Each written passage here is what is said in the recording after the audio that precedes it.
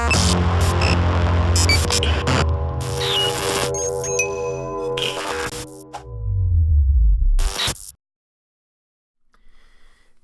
what's up, everybody? Josh here. Welcome to the R-Rated Show. And guys, I am so sorry that I've been MIA since right before Christmas. Couple of reasons why. I had family in town, and when they come in town, they stay with me, and that means everything ceases to go on in my normal daily life, including making YouTube videos for about a week and a half, 2 weeks. It's just I don't live in a big enough place to be able to sequester myself off and make videos or concentrate or anything like that. So unfortunately, wasn't able to get any videos made.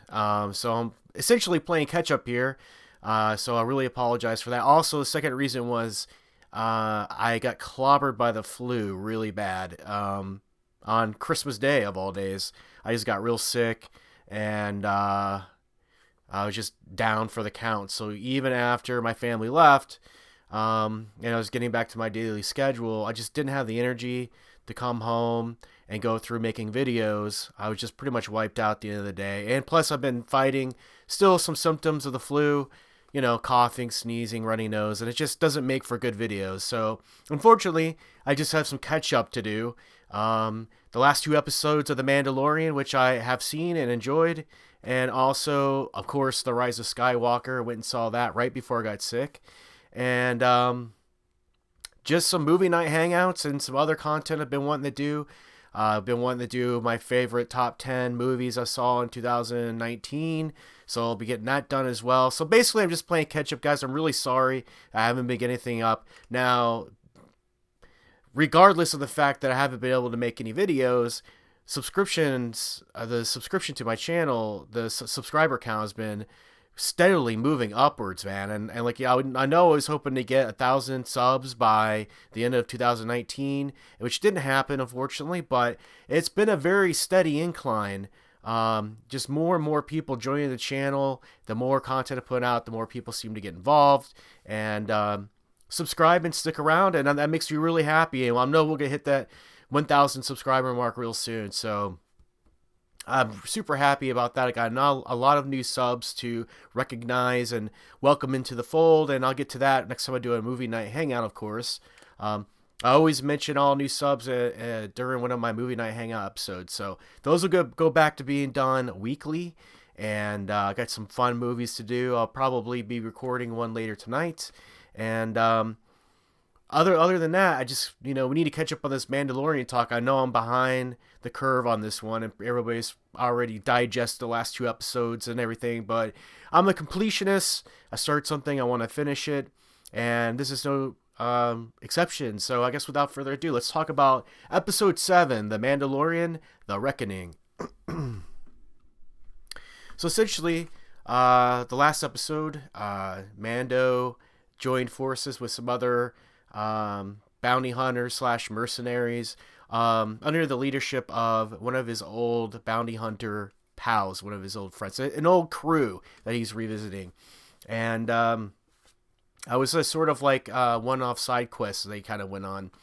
And so when we pick up with Mando and Baby Yoda now, they're sort of just, I guess, venturing on to the next thing. And it doesn't take very long until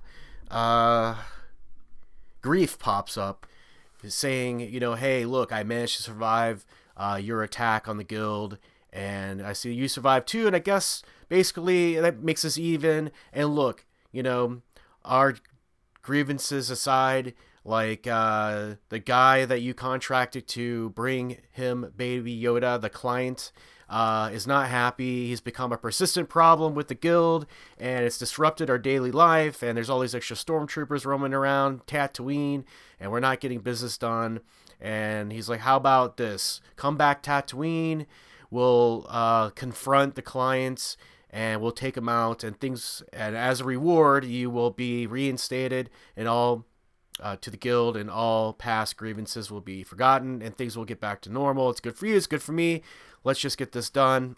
And of course, Mando thinks it over, and why wouldn't he accept? I mean, he's in this precocious situation. It kills two birds with one stone, and the dude needs to make money. He is a Mandalorian. He is a bounty hunter after all, so he accepts. And so, but Mando, being the wise bounty hunter that he is, knows that he's got to have some backup, and that's where Cara Dune comes back into the picture. Don't drink these; these are terrible for you. Cara Dune, who we last left on that planet.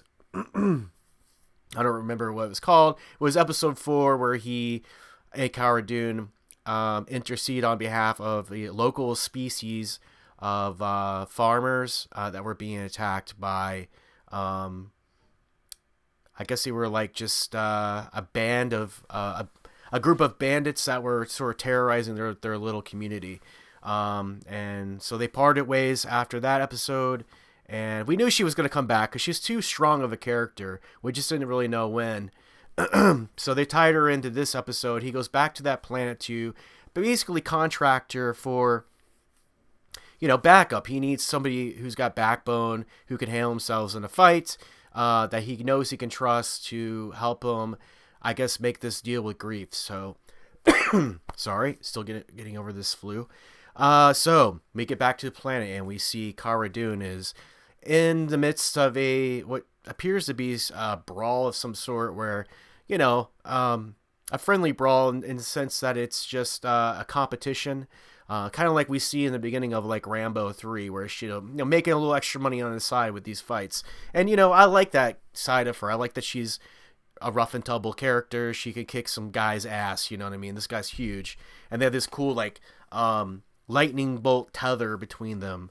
And she kicks his ass. She wins. This is how we find her. But Mando, approaches her and he says, hey, I got this thing I got to do. Are you interested? I need someone to back me up. And you know that she likes him, so she's going to say yes. But he's basically explaining the situation to her, what's been happening so far. Really glad to see Cara Dune and Mando back together. And, I think that dynamic between them is, it's a good one. It shows the camaraderie between two sort of mercenary warrior types. And could there be some possible love interest in their future? Who knows? Maybe. I mean, she seems to take a shining to him, and she ain't bad looking. Let's be honest. Tulsi Gabbard over here is easy on the old eyes. Basically, though, so yeah, he explains the situation to her, and he knows it's a precocious situation. He needs somebody who can cover his back, so to speak, and she agrees to accept, and so. They're on the ship. We get this little side scene here where the ship sort of all of a sudden is in danger, and they go up to the cockpit to find Baby Yoda's playing with the controls. And I love that. Sorry, guys. Just bear with me. I love that Baby Yoda's got the curiosity of a toddler. It sort of humanizes him. But yet he's this child that's imbued with these great powers that this whole series is centered around his abilities to do things, to wield the force. But he's still like this playful little child, and let's admit it, guys. I mean, Baby Yoda is a phenomenon. I mean, he's just hit the zeitgeist running, and people can't get enough of him. And he's a fun character. If something works, then let's enjoy it. You know what I mean? I really enjoy the character of Baby Yoda, and I'm sure eventually we'll have a name other than Baby Yoda, but for now, it works.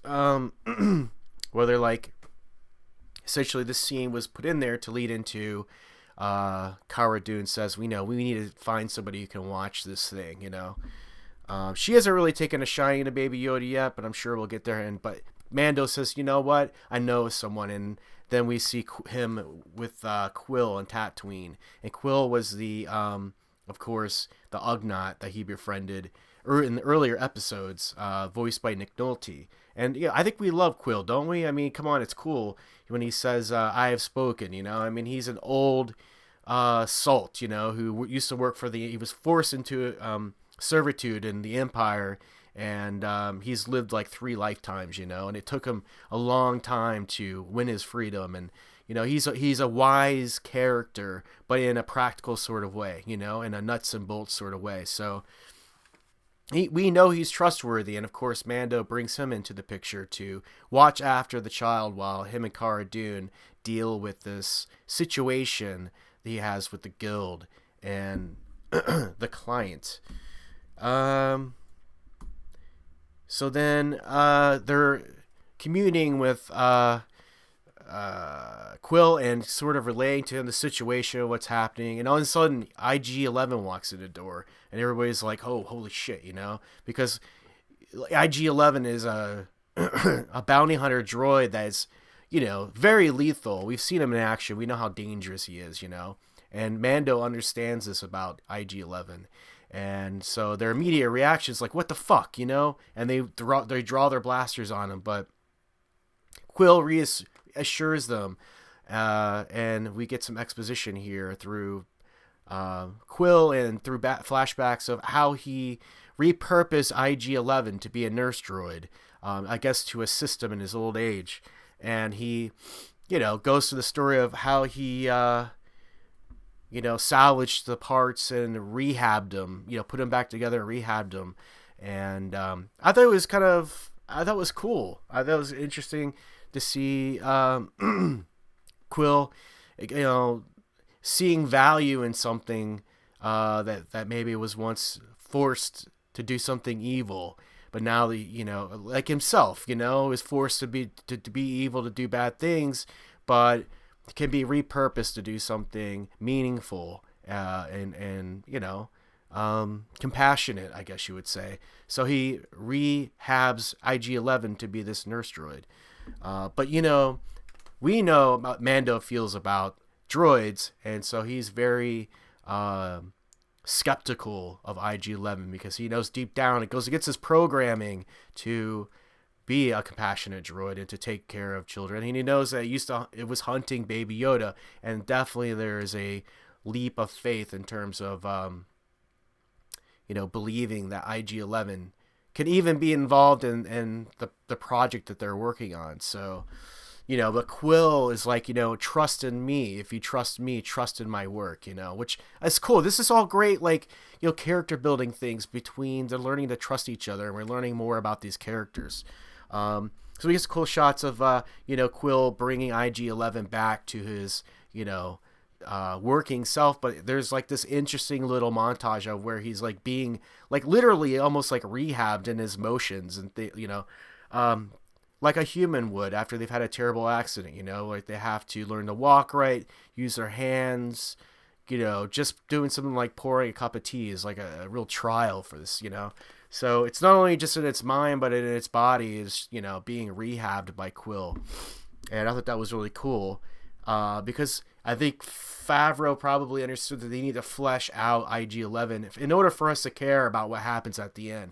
And this is what's called character building. And it's really too bad J.J. Abrams and Kathleen Kennedy do not understand this, which is why Rey is such a terrible character, why Finn is such a terrible character, why all those characters are boring. It's simple things like this, like showing us things, having story happen with the characters. But I digress. So Mando, he expresses his trepidation of dealing with IG-11, but he reluctantly complies. He doesn't really have much of a choice.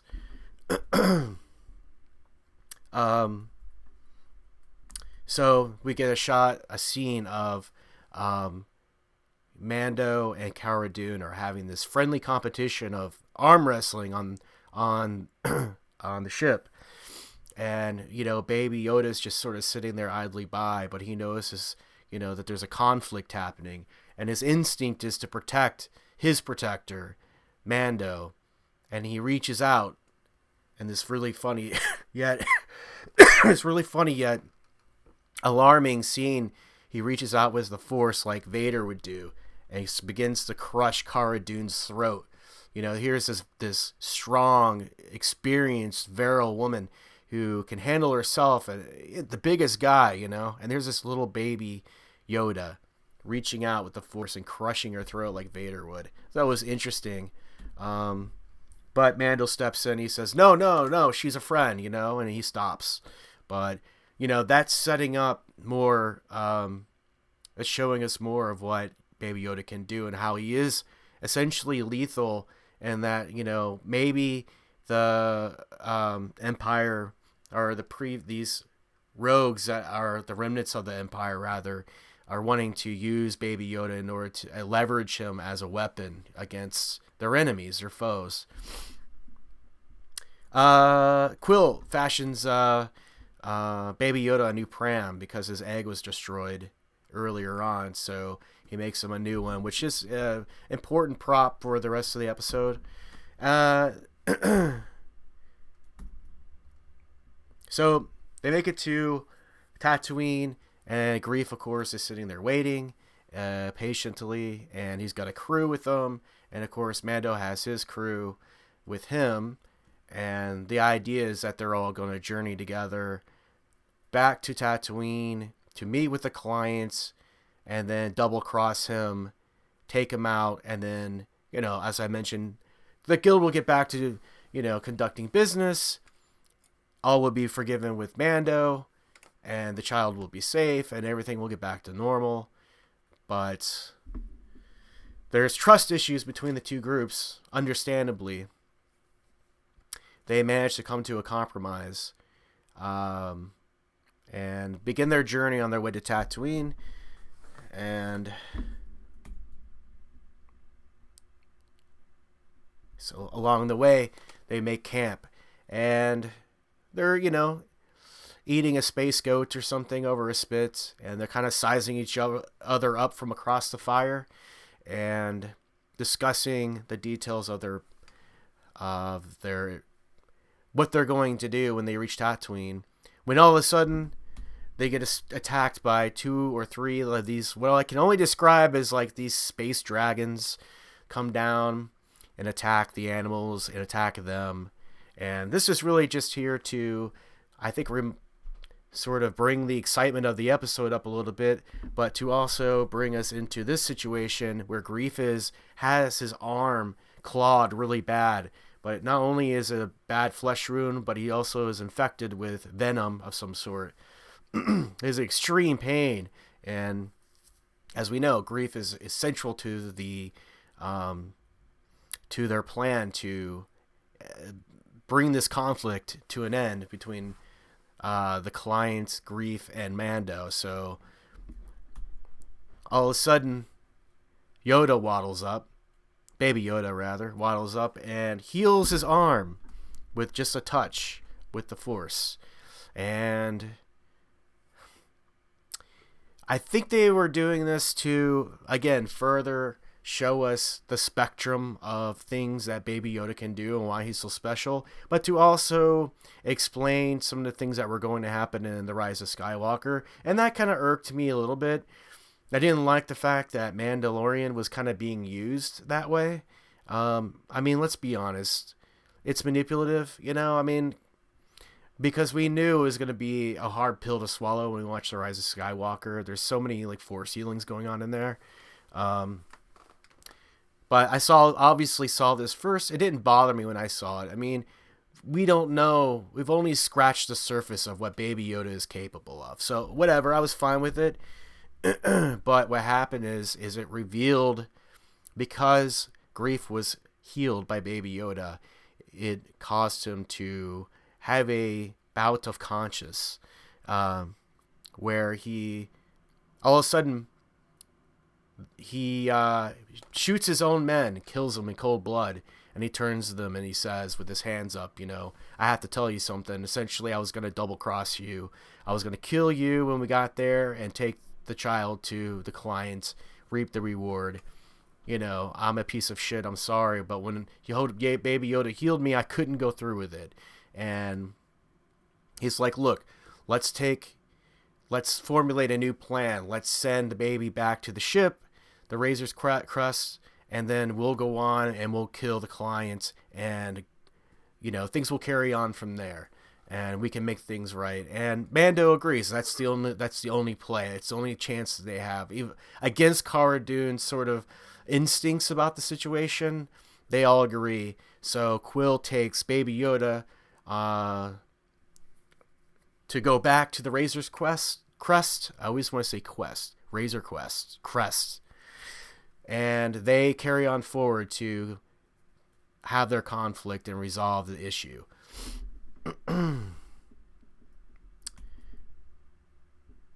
So off goes Baby Yoda with Quill. They make it back to Tatooine, to the client's office, I guess you would call it.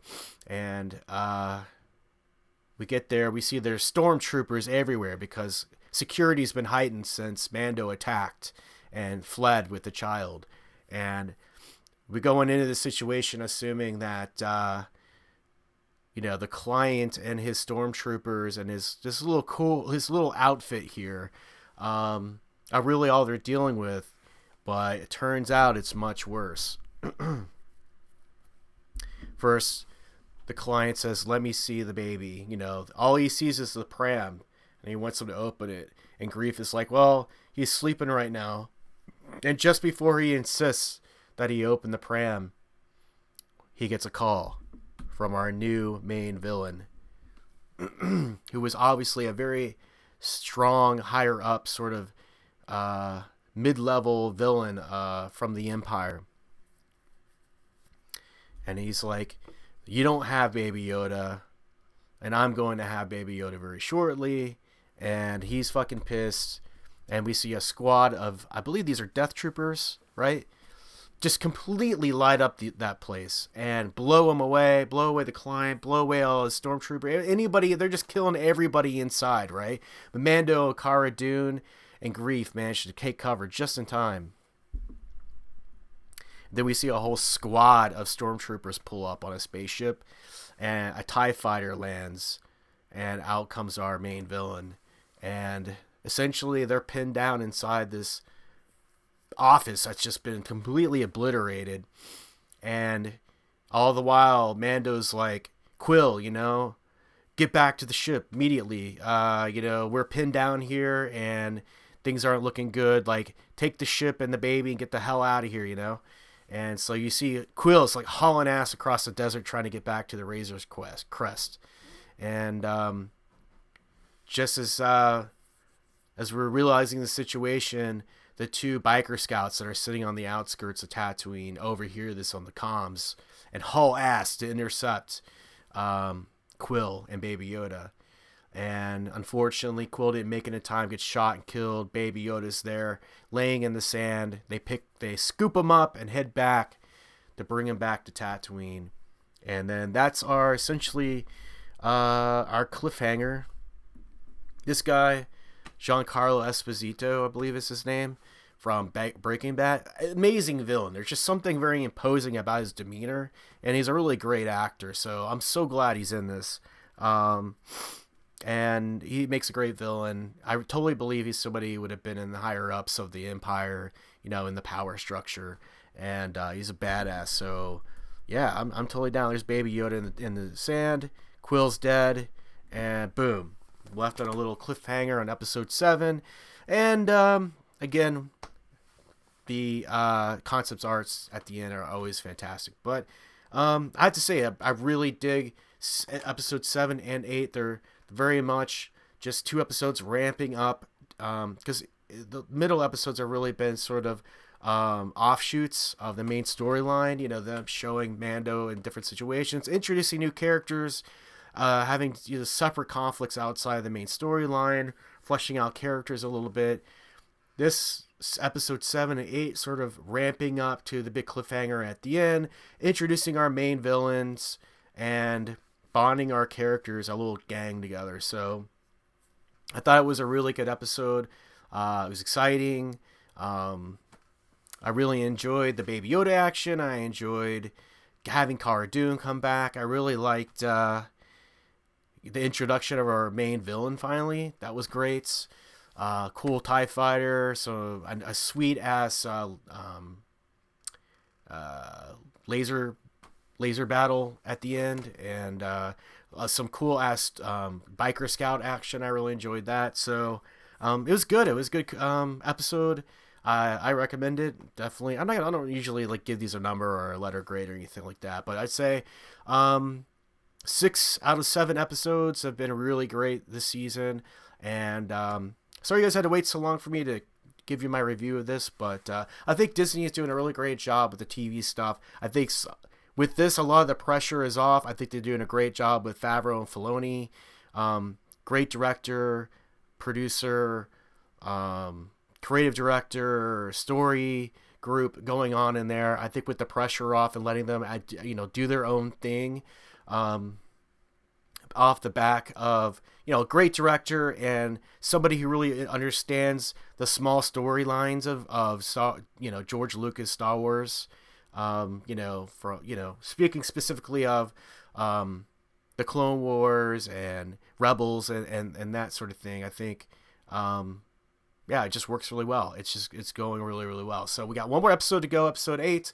I'll be reviewing that shortly, and I hope you guys are enjoying this content. I'm sorry I was a little bit late playing catch up, but I'm back, and we'll be doing plenty more reviews and movie hangouts and all kinds of fun stuff. Please hit subscribe, hit the bell for notifications. Let me know what you think in the comments below. And as always, guys, stay awesome, stay R-rated. Cheers. Hey guys, if you enjoyed this video, go ahead and hit the subscribe button. We've got a lot of great content coming for you this year. We've got reviews for movies, comics, and more.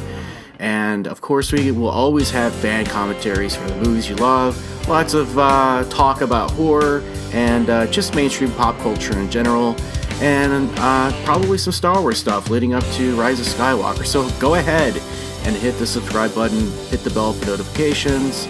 And become a fan of the channel. Let's hear what you want to see. Leave a comment below and just let me know what you think.